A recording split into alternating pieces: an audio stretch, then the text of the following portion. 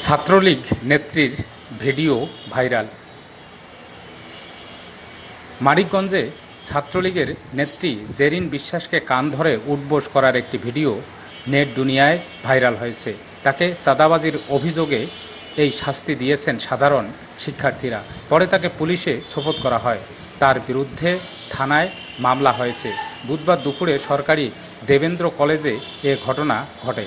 জেরিন বিশ্বাস কলেজ শাখা ছাত্রলীগের ছাত্র বিষয়ক সম্পাদক। তিনি বিএসএস অনার্সের তৃতীয় বর্ষের শিক্ষার্থী। বৈষম্য বিরোধী ছাত্র আন্দোলনের জেলার অন্যতম সমন্বয়ক ফরিদ হোসেন ও কলেজ ছাত্রী আসমানী নূর জানান, ছাত্রলীগ নেত্রী জেরিন আওয়ামী লীগের ক্ষমতার সময় ওয়াইফাই বিল, সংগঠন খরচ, ব্যানার বানানো, লিফলেট বিলি, মিছিলের খরচসহ নানা খাতে সাধারণ শিক্ষার্থীদের কাছ থেকে জোর করে চাঁদা আদায় করতেন। চাঁদা দিতে রাজি না হলে নির্যাতনসহ ছাত্রলীগ নেতাদের দিয়ে নানাভাবে হয়রানি করতেন। বুধবার দুপুরে তিনি হোস্টেলে এসে কয়েকজন ছাত্রীর কাছে 15 আগস্টের শোক দিবসের কথা বলে 100 টাকা চাঁদা এবং ওয়াইফাই বিল দাবি করেন।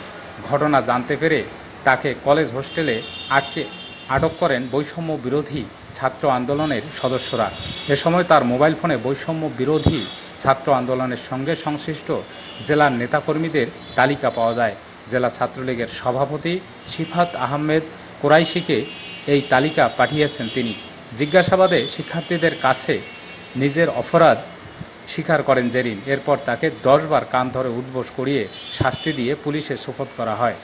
তাকে শাস্তি দেওয়ার এই ভিডিও সামাজিক যোগাযোগ মাধ্যমে ছড়িয়ে পড়ে।